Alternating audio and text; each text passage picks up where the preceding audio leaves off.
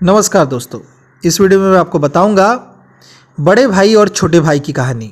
जी हाँ दोस्तों, अंबानी वर्सेस अंबानी, कहानी अनिल और मुकेश अंबानी की। दोस्तों, कभी बड़े भाई से आगे थे छोटे भाई, लेकिन 15 साल में बड़े भाई की आय नेटवर्थ 9 गुना बढ़ गई है और छोटे भाई की आय 0 हो गई है। जी हाँ दोस्तों, हम बात कर रहे हैं मुकेश अंबानी और अनिल अंबानी की। मुकेश अंबानी की नेटवर्थ अभी 77.4 अरब डॉलर पहुंच गई है, जबकि वहीं अनिल अंबानी का नेटवर्थ 0 अरब डॉलर पे है। अनिल अंबानी राफेल डील की लेकर चर्चा में हैं और मुकेश अंबानी 5वें सबसे अमीर शख्स बन गए हैं। रिलायंस ग्रुप के बंटवारे के समय दोनों भाइयों की ज्वाइंट नेटवर्थ 7 अरब डॉलर थी। जब दोनों अलग हुए तो मुकेश अंबानी आगे बढ़ते गए। फोर्ब्स के मुताबिक मुकेश अंबानी की नेटवर्थ अभी 77 अरब डॉलर से भी ज़्यादा है, जबकि अनिल पिछले 7 ही अरबपतियों की लिस्ट से बाहर हो गए हैं। जी हाँ दोस्तों, 13 मार्च 2006 ये वो दिन था जब अनिल अंबानी के टेलीकॉम कंपनी में बड़ा मर्जर हुआ था। इसी दिन बोर्ड मीटिंग में ये तय हुआ था कि रिलायंस इन्फोकॉम का रिलायंस कम्युनिकेशन वेंचर लिमिटेड में मर्जर हो जाएगा। इससे रिलायंस कम्युनिकेशन वेंचर लिमिटेड के शेयर प्राइस 67% तक बढ़ गए थे। इसका नतीजा ये हुआ था कि इस दिन अनिल अंबानी की नेटवर्थ 45,000 करोड़ रुपए हो गई थी, जबकि उसी दिन बड़े भाई मुकेश की नेटवर्थ 37,825 करोड़ रुपए थी। ये वो समय था जब नेटवर्थ के मामले में छोटे भाई बड़े भाई से ऊपर पहुंच गए थे, जबकि एक हफ्ते पहले ही फोर्ब्स की लीड सामने आई है जिसमें मुकेश अंबानी अनिल अंबानी से आगे थे। फोर्ब्स की लिस्ट के मुताबिक मार्च 2006 में मुकेश की नेटवर्थ 8.5 अरब डॉलर और अनिल अंबानी की नेटवर्थ 5.7 अरब डॉलर थी।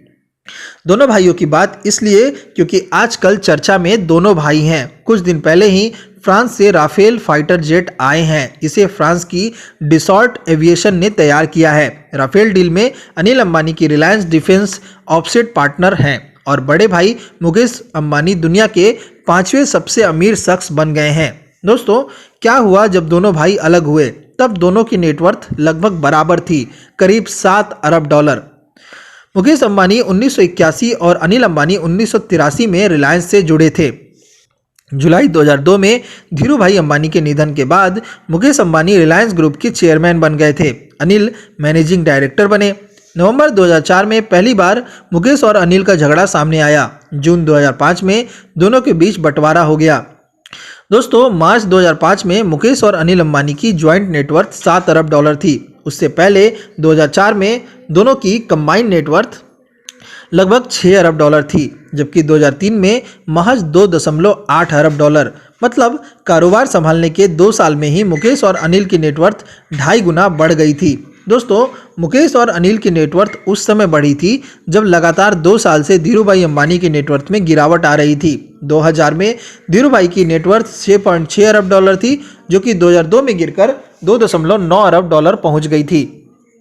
दोस्तों, बंटवारे के बाद से 15 साल में मुकेश अंबानी की नेटवर्थ 9 गुना बढ़ गई है। जून 2005 में दोनों के बीच बंटवारा तो हो गया, लेकिन किस भाई को कौन सी कंपनी मिलेगी, इसका बंटवारा 2006 तक ही हो पाया था।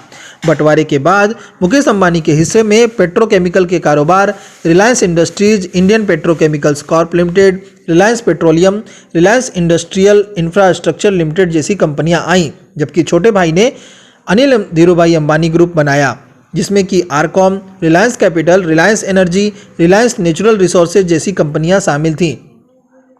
रिलायंस ग्रुप का बंटवारा होने से पहले तक मार्च 2005 में मुकेश और अनिल अंबानी की ज्वाइंट नेटवर्थ 7 अरब डॉलर थी, जिसके बाद 2006 से लेकर 2008 तक दोनों भाइयों के नेटवर्थ में ज़्यादा अंतर नहीं था। लेकिन 2009 में आई आर्थिक मंदी के बाद दुनिया भर के अमीरों की संपत्ति में गिरावट दर्ज की गई थी। मुकेश और अनिल अंबानी की संपत्ति में भी बड़ा फर्क यहीं से शुरू हुआ। एक तरफ अरबपतियों के लिस्ट में अनिल अंबानी की रैंकिंग गिरती गई और मुकेश अंबानी की रैंकिंग बढ़ती गई। 2008 में मुकेश 5वें और अनिल 6वें नंबर पर थे, यानी कि अनिल अंबानी तो अरबपतियों की लिस्ट से बाहर हो गए हैं, लेकिन 2006 से लेकर अब तक मुकेश अंबानी की नेटवर्थ में 9 गुना से भी ज़्यादा का इजाफा हुआ है। जबकि फरवरी 2020 में ब्रिटेन की एक कोर्ट में अनिल कह चुके हैं कि उनकी नेटवर्थ 0 है और वे दिवालिया हो चुके हैं।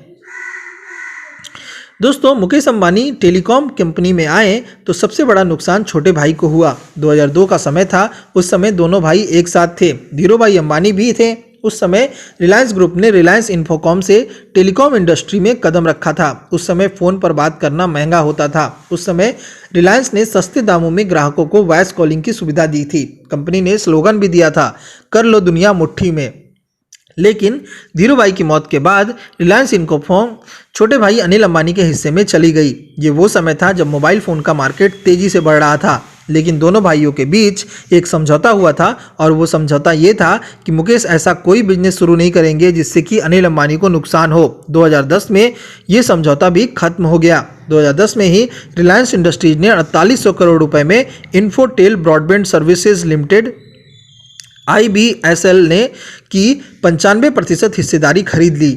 IBSL देश की पहली और इकलौती कंपनी ऐसी थी जिसने देश के सभी 22 जोन में 4G ब्रॉडबैंड स्पेक्ट्रम फैला दिया था।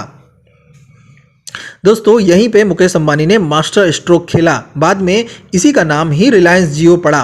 दोस्तों, यही मुकेश अंबानी का मास्टर स्ट्रोक था। 5 सितंबर 2016 को मुकेश अंबानी ने रिलायंस जियो को लॉन्च कर दिया। शुरुआत में कंपनी ने 6 महीने तक 4G डेटा और वॉइस कॉलिंग को फ्री रखा। पूरे इंडिया ने इस फ्री वॉइस कॉलिंग और फ्री डेटा का लुत्फ उठाया।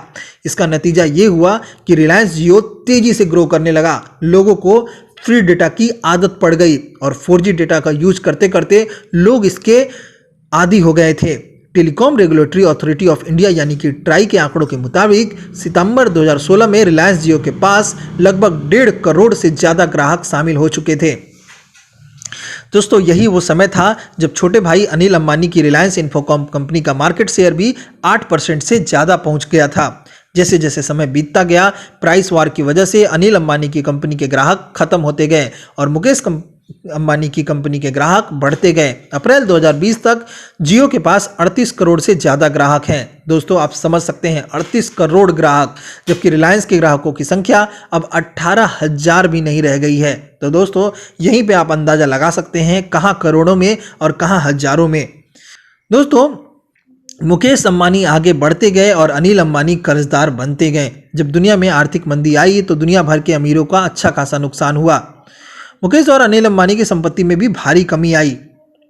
दोस्तों, आज हालात ये हैं कि अनिल अंबानी दिवालिया होने की कगार पर हैं, तो दूसरी ओर मुकेश अंबानी अपनी कंपनी रिलायंस इंडस्ट्रीज को कर्ज मुक्त कर चुके हैं। 31 मार्च 2020 तक रिलायंस इंडस्ट्रीज पर 1.61 लाख करोड़ रुपए से ज़्यादा का कर्ज था, लेकिन अब उनकी कंपनी पर कोई कर्ज नहीं है, जबकि अनिल अंबानी पर 1 लाख करोड़ रुपए से ज़्यादा का कर्ज है। एक और रिलायंस इंडस्ट्रीज की कंपनियों की मार्केट कैप 12 लाख करोड़ रुपए से ज़्यादा हो गई है। दूसरी ओर अनिल अंबानी की कंपनियों की मार्केट कैप 2000 करोड़ रुपए से भी कम हो गई है। दोस्तों, इसी से आप अंदाज़ा लगा सकते हैं। रिपोर्ट के मुताबिक फरवरी 2020 तक अनिल अंबानी की कंपनियों की मार्केट कैप 1645 करोड़ रुपए रह गई थी। तो दोस्तों, इस रिपोर्ट से आप ये अंदाज़ा लगा सकते हैं कि राजा को रंक बनते हुए देर नहीं लगता और रंक कब राजा बन जाए इसका भी अनुमान लगाना मुश्किल है। नमस्कार।